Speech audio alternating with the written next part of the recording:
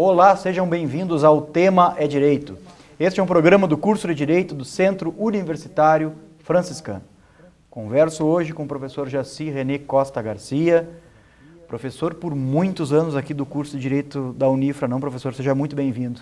Obrigado. Até recentemente teve uma pergunta da Prograde do tempo institucional de cada professor, recentemente. Eu estava olhando o meu tempo, irei completar 15 anos no ano que vem, né? Então já é algum tempo já de casa, né? 15 anos de Unifra. 15 anos de Unifra. De curso de Direito da Unifra. De curso de Direito e no ensino superior, 24 anos. Jaci, te convidei para a gente falar um pouquinho sobre a relação direito, filosofia, né? Filosofia no direito. Aliás, aproveitando o ensejo e considerando que aqui no curso nós entendemos que essa relação é fundamental, é condição de possibilidade, inclusive, para formar um bacharel crítico, reflexivo e preparado para o enfrentamento de uma complexidade e uma contingência cada vez mais avassaladoras aí no mundo prático, né? No mundo onde escorre o sangue jurídico.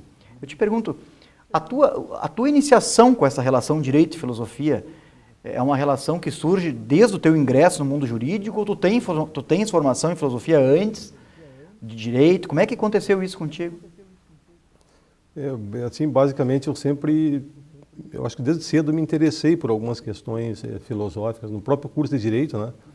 A disciplina que relacionava filosofia e direito era algo que me chamava a atenção, né? Aí, acho que gradativamente eu fui buscando algum tipo de leitura, né? Que foi me conduzindo a essa escolha profissional, porque é difícil a gente dizer que efetivamente fez uma opção, né? Parece que as coisas ocorrem de uma forma concomitante. A gente vai encontrando alguns textos que vão nos chamando mais atenção e gradativamente vai escolhendo um determinado caminho, né? E a minha formação depois foi só a nível de mestrado que eu fiz aí uma escolha, a época de desenvolver uma relação entre direito e filosofia. Eu fiz um estudo comparativo entre a teoria do direito de Kelsen e a teoria kantiana do direito, para identificar justamente as aproximações e os afastamentos, o porquê que Kelsen tinha uma relação com Kant, em que medida Kelsen também se afastava da teoria do direito kantiano, né? Então, tentar entender um pouco isso foi o meu objetivo na época, em 2002, foi a defesa da dissertação de mestrado, né? Aí tive um professor bastante experiente aqui, o professor Christian Hahn, da Universidade Federal de Santa Maria, que tinha um estudioso da filosofia kantiana e que me ajudou um pouco bastante, diria, né, nesse enfrentamento, né, dessa questão. Por muitos anos tu lecionaste a disciplina de hermenêutica jurídica aqui na Unifra.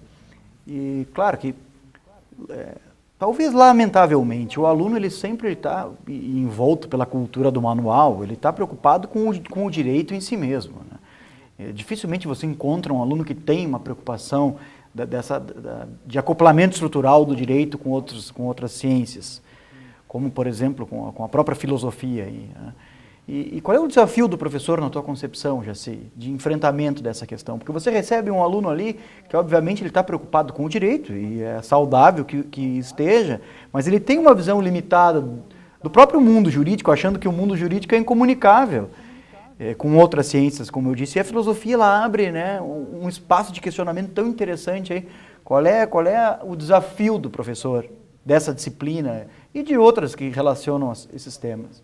Eu acho que o professor que trabalha com essas questões, o que escolheu, ele tem essa dificuldade, como tem talvez um professor na fase da alfabetização, né? Guardadas as proporções, né? Quer dizer, aquele professor das séries iniciais ali, ele tem um certo desafio, né? Porque tu vai introduzir o aluno numa linguagem que não é puramente uma linguagem de códigos, né? Uma linguagem simbólica que ultrapassa muito a questão codificada, embora a necessidade dessa compreensão dos códigos. Mas o direito não se basta em si mesmo, né? Então, e é muito cedo para que o aluno tenha esse amadurecimento, né? Agora nós estamos com a filosofia no direito no segundo semestre. E isso não vai aqui nenhuma crítica, eu poderia fazê-lo se entendesse, mas acho que é difícil a gente entender em que momento. A gente sabe que é importante essas matérias, mas saber em que momento do curso ela deve estar presente. Acho que no segundo semestre eu já sinto que alguns alunos notam que é importante. Talvez a gente não consiga efetivamente estocar todos, né? com aquela intensidade que se deseja, né? Mas a gente elege alguns textos, talvez, que sejam importantes, mostra o potencial emancipatório que tem esse tipo de reflexão, mostra que eles não vão poder eternamente estar à frente de um professor para ler as alterações que tiveram na própria codificação. E essa condição emancipatória, essas disciplinas, elas trazem, né? A condição de enfrentamento do novo. Eu sempre brinco com eles ora, vejam que eu trabalho com filosofia, ao mesmo tempo estou também na prática jurídica, né? Tenho feito uma relação com a prática. E não tenho medo do novo. Eu brinco com eles que o processo eletrônico, o primeiro processo eletrônico, quando se instaurou em Santa Maria, em 2004, eu sou o advogado que ajuizei a primeira ação. Em 2004, uma série de zeros e um, dígito 6, que era só um código para dizer onde ele se encontra, ela é minha. Eu sou o autor da ação e o advogado da ação. Quer dizer, então, esse enfrentamento do novo, a filosofia também nos propicia, né? Essa capacidade de dizer assim, olha, se tem uma situação nova, eu quero ver como é que é isso. Não precisa ficar esperando, né?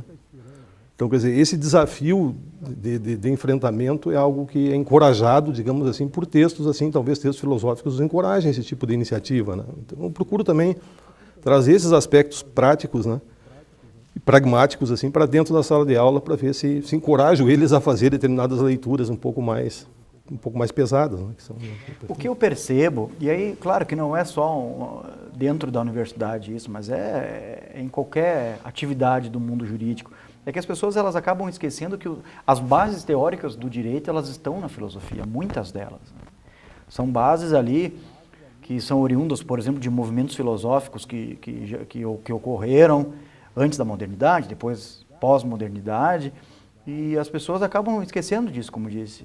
E essas teorias de base, quando decisivamente estudadas, quando aprimoradas, elas servem também de formadoras de elementos argumentativos no mundo da prática do direito. Você aumenta a sua capacidade argumentativa quando você tem conhecimento daquilo que serviu como fonte para o direito beber lá nos primórdios. Te parece que essa relação ela é profunda, assim, ela é tão próxima como... Eu gostaria de ouvir isso de ti, porque eu falo muito nos programas aqui sobre isso e às vezes as pessoas acham que isso é conversa fiada, né? Então eu gostaria de ouvir de um filósofo isso. O que eu tenho chamado a atenção, inclusive, eu tenho alguns textos que tenho produzido, que servem, inclusive, para o direito constitucional, com a teoria da Constituição que eu trabalho, né? Então, recentemente, tem um texto que eu trouxe e pedi que eles fizessem a leitura, de uma apresentação que faz justamente essa correlação, né?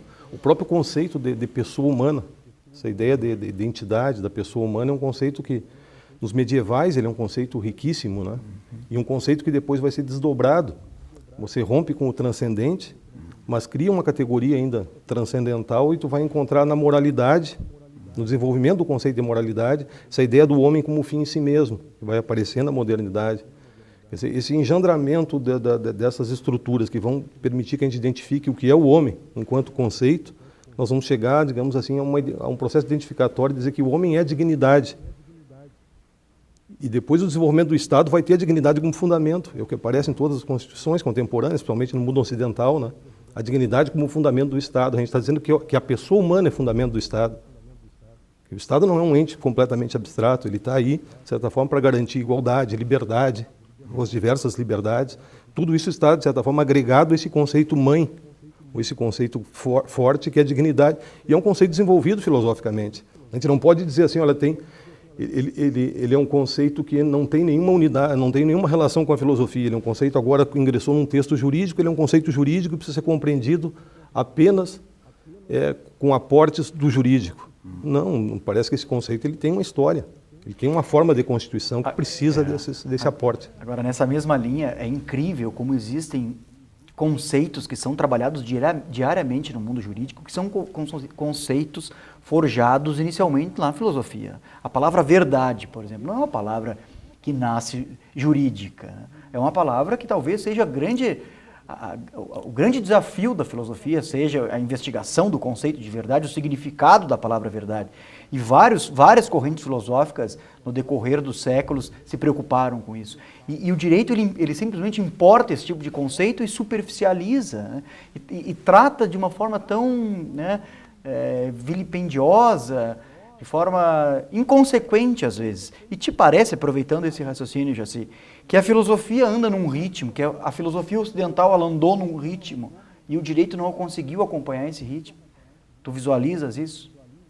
Eu acho que todos os avanços fica bastante claro assim, nessas tendências contemporâneas, ou nas leituras que a gente percebe de temas filosóficos já bem desenvolvidos e que não afetaram, parece, a estrutura do jurídico. O jurídico ainda trata de uma forma superficial questões que na própria linguística, a própria linguística já bebeu mais da filosofia. Mas eu te pergunto isso pelo seguinte, assim, não te parece que o direito parou na filosofia do sujeito e não acompanhou, por exemplo, a filosofia da linguagem? Claro, quem estuda filosofia com um pouco mais de profundidade vai ler um pouco melhor essa pergunta que eu estou te fazendo. Não te parece que o direito não acompanhou essa invasão da filosofia pela linguagem? Eu acho que... E aí vem, de certa forma, um pouco do que eu desenvolvi na minha tese, né? Algumas questões que nos mostram. A filosofia anterior à filosofia da linguagem era uma filosofia um pouco mais dogmática, né? Uma filosofia do a priori, uma filosofia do sujeito, de uma possibilidade, de uma estrutura cognitiva da conta do mundo.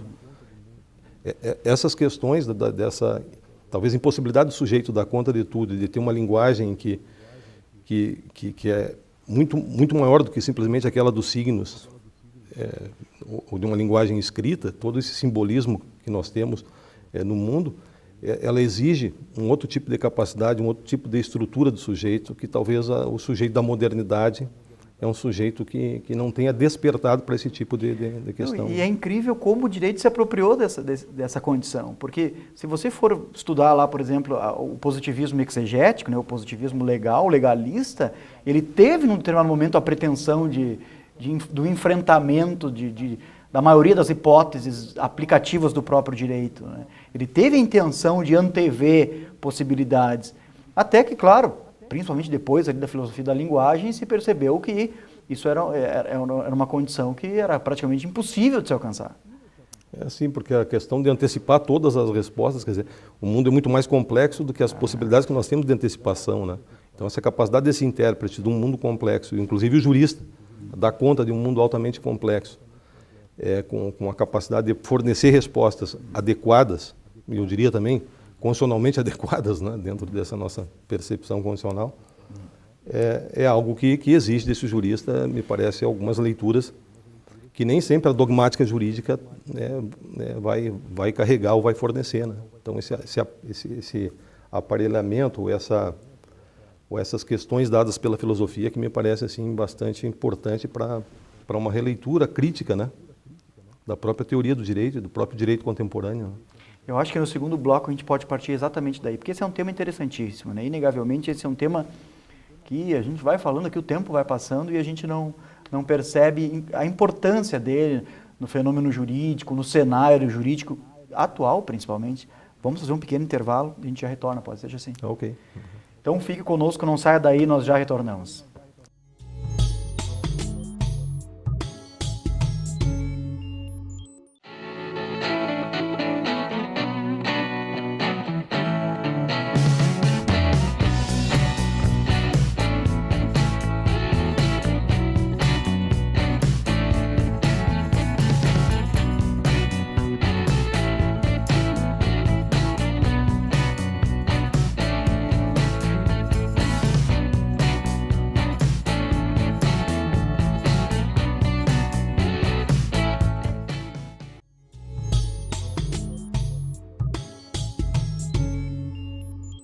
Retornamos com o tema é Direito de hoje. Este é um programa do curso de Direito do Centro Universitário Franciscano.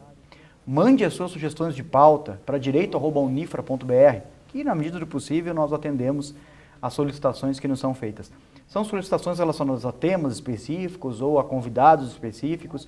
Vocês podem ficar bem à vontade que na medida do possível nós temos atendido a maioria das solicitações que nos chegam, ok? Converso hoje com o professor Jaci René Costa Garcia, por 15 anos, ou há 15 anos, professor aqui do curso de Direito da Unifra e, recentemente, não já sei, concluí esse doutorado em Direito, mas com aquela visão filosófica lá que a gente acaba trabalhando, quem tem a oportunidade de se pós-graduar lá na Unicinos, que é uma instituição que aposta muito nisso, né? E que a gente acredita também no trabalho que é feito, principalmente, como disse, por essa relação direito, filosofia e por demonstrar a condição de possibilidade para se falar num direito levado a sério No Brasil, hoje, a gente está assentado em bases filosóficas sólidas. Mas, especificamente sobre isso, tu trabalhaste o que na tua tese? A minha tese em Direito, eu procurei trabalhar a unidade da filosofia kantiana, porque no mestrado eu ainda trabalhei Kant, mas um Kant da primeira crítica e na segunda crítica, crítica da razão pura e crítica da razão prática, né? E uma relação com Hans Kelsen, né? Então, nesse momento, eu senti que havia uma necessidade de entender um pouco mais a totalidade da obra kantiana, né? E aí eu comecei a investigar a antropologia, que é o homem sob as condições do mundo. Quer dizer, que ser kantiano também não é só um ser abstrato, como se pode pensar, ou as primeiras críticas podem nos levar a alguns raciocínios desse tipo. E com a estética kantiana também, que eu trabalhei um outro tipo de juízo, que é um juízo chamado reflexionante, que não é um juízo determinante, como aquele que, por exemplo, um juízo determinante kantiano veio a permitir, por exemplo, uma criação, por exemplo, de um positivismo do tipo kelseniano, que parte de um raciocínio dedutivo, lógico-dedutivo, para encontrar determinadas respostas. E a norma funciona em Kelsen como um esquema de representação da realidade, né? A norma, ela modela uma determinada realidade, né? Quer dizer, me parece que esse tipo de exercício intelectual e teórico parece que ele sente um certo esgotamento, né? E essa questão estética ela é interessante porque ela coloca o compreender antes do interpretar. Diferente desse modelo anterior, que parece que nós estamos simplesmente explicando. Um juiz, quando está diante de um caso concreto com as regras, parece que ele está deduzindo para o caso. Então, analisando alguns elementos do caso e procurando dizer o que a regra tem a ver com aquele caso. Um exercício explicativo de um texto legal. Agora, o exercício hermenêutico me parece que é possível encontrar desde a estética kantiana. Claro que depois ele vai ter uma evolução, mas ali eu já encontro um momento importante. É um exercício em que ele vai nos dizer que nós compreendemos antes de interpretar. Há um ato de compreensão que antecede a interpretação. E isso é muito claro quando nós estamos falando de um juízo estético, o juízo do gosto, o juízo, por exemplo, da música. Se me permite, eu vi um vídeo seu tocando sax e realmente, naquele momento eu digo assim, olha, realmente a execução era boa. O que dá a entender é que o professor Cristiano compreendeu e depois interpretou. Quer dizer, então, esse ato de compreender e dizer que a interpretação é o passo seguinte da compreensão, que compreendemos desde sempre, porque estamos imersos no mundo. O vídeo foi a aplicácio, né? Exatamente, é um hermeneuta, né? O vídeo foi ao final, tinha pré-compreensão, né? Tive uma série de momentos aquela aplicácio. Quer dizer, existem momentos anteriores, quer dizer. Então, esse tipo de exercício parece que a estética nos chama a atenção. Então, a música, o gosto, o exercício, todos os exercícios dos sentidos, quer dizer, esse chamamento da sensibilidade, dizer que a sensibilidade ela está em jogo. E ela pode estar em jogo, ou deve estar em jogo também, quando está diante de determinadas realidades complexas. Quer dizer, há um ser racional, mas um ser racional que já está, de certa forma, imerso num certo mundo que ele precisa experimentar. Mas até que ponto já ser o juízo sensível e essa sensibilidade que tu faz referência não é próximo da utilização das preferências pessoais do sujeito? Como diferenciar isso? Sim. Existem algumas categorias, agora vamos voltar assim, só a essa filosofia kantiana. Existem algumas categorias, uma dessas categorias se chama sensus communis, que é um conceito desenvolvido pela estética. Ele vai dizer que não há um juízo determinante, não há algo que seja a pedra de toque para dizer qual é a escolha adequada. Quer dizer, a razão não está, de certa forma, com aquela força que ela estava, digamos, enquanto estamos tratando dos juízos determinantes da primeira crítica. Mas ele diz que há possibilidade de comunicação intersubjetiva. É possível esse ato de compreensão ser um ato semelhante. Por exemplo, na música. Sim. Quando eu domino determinadas coisas, ou no direito, se eu tenho um domínio da dogmática ou das questões codificadas, eu preciso, claro, fazer um curso de direito para compreender o direito. Claro. Mas significa que se eu deixo a minha imaginação um pouco mais solta, não é também uma imaginação completamente solta, mas um pouco mais solta, eu vou ter uma capacidade de olhar outros simbolismos que estão presentes. E aí se assemelha como um jogo. Um jogo em que isso pode ser, de certa forma, vivificado, é uma expressão kantiana, né? Quer dizer, nós vamos encontrar isso, ou essa correção talvez não dada de forma determinante, mas uma correção a partir de um exercício, Agora, como é que como a música. Claro, como é que tu justificaria, né, essa questão diante da relação tradicional do direito com os métodos? Porque, inclusive no âmbito da pesquisa jurídica, né? Impressionante, assim como os pesquisadores jurídicos, eles têm essa necessidade, entre aspas, de sempre situar o direito numa metodologia, a pesquisa em direito numa determinada metodologia. Não te parece que esse é um tempo que, em alguma medida, já passou, depois principalmente da hermenêutica, que tu acabou trabalhando na tua tese, ou ainda existe, na tua concepção, uma relação indissociável entre direito e método? Veja assim, ó, o professor Roden tem um livro interessante, professor aqui da Unicinos, da filosofia. Ele tem um livro interessante que é sobre hermenêutica filosófica, sobre Gadamer. Ele é um estudioso, às vezes, de Platão, ele vem trabalhando há tempo essas questões. E ele já, talvez por essa exigência que se tem sempre de método, ele coloca no livro dele o jogo como um método hermenêutico. Né? Então, por que essa ideia de jogo como método, já que é uma exigência, ele vai trabalhar a partir de uma antropologia de Johann Huizinga, que o próprio Gadamer utiliza, e que ele mostra que o jogo é uma categoria estruturante do próprio indivíduo. Desde sempre nós jogamos. Quer dizer, essa atividade lúdica é uma atividade de inserção no mundo. Nós não ficamos presos a categorias lógicas. Quando nós estamos imersos no jogo, nós esquecemos de toda uma realidade. Isso a gente pode pensar assim, num jogo de computador, num jogo de... Parece que uma série de questões, digamos, sérias da vida, do cotidiano, elas são colocadas em suspenso à medida que a gente está, de certa forma, envolvido por aquela atividade lúdica, né? Então essa talvez seja uma forma, não se entra naqueles métodos tradicionais, dialético, dedutivo, né, indutivo, mas se entra num outro tipo de mecânica, né, de imersão do sujeito nesse mundo da vida, que é o que acontece quando a gente está diante de uma obra de arte, admirando. Parece que ali o artista consegue, às vezes, reunir uma ideia de totalidade naquela peça, das suas emoções, na música, em diversas situações. A arte, ela é um lugar importante. Tanto que o Dworkin vai buscar a hipótese estética. O que eu tenho visto é que muitos hermeneutas, consciente ou inconscientemente, eles têm se recorrido do juízo estético para alicerçar, porque ali parece que é o lugar onde ali está a verdade possível, né? Ali parece que eu encontro esse momento de totalidade. Agora, transportando esse raciocínio para uma situação, para um caso real, um caso prático, onde é que tu consegue verificar, né, a ocorrência desses juízos, dessas peculiaridades que tu trabalhasse na tua tese? Então, vejam assim, então, a minha tese ela ficou no campo que a gente chamaria mais epistemológico, de estudo de como é que a gente vai processar determinadas coisas, né? E o porquê que o juízo estético ele é um juízo importante. Digamos, na análise, no casuísmo, na análise de caso, me parece que teria que se ter uma certa libertação. Não é uma negação do direito posto, do direito positivado, mas uma certa libertação dessas amarras, né? Eu não preciso estar determinado por esse direito para resolver uma situação concreta. Eu preciso analisar aquilo, porque esse conhecimento prévio do direito eu já tenho.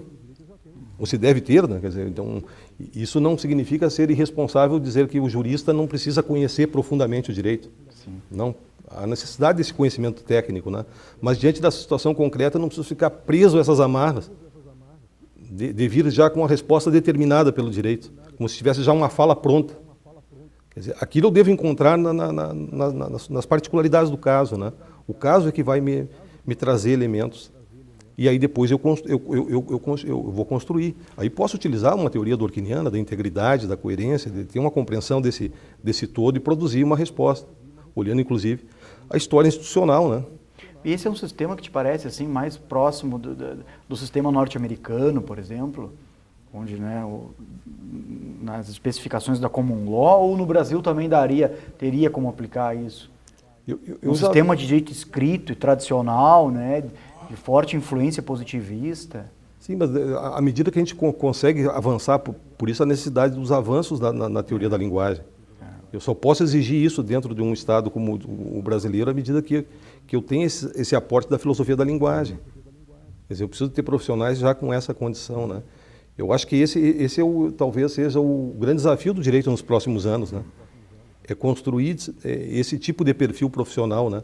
Alguém com uma capacidade também de compreensão linguística que ultrapasse essa compreensão tradicional da linguagem. Talvez esse novo jurista, né, tenha uma condição melhor de efetivar, inclusive dentro desse estado, desse modelo de civil law, né?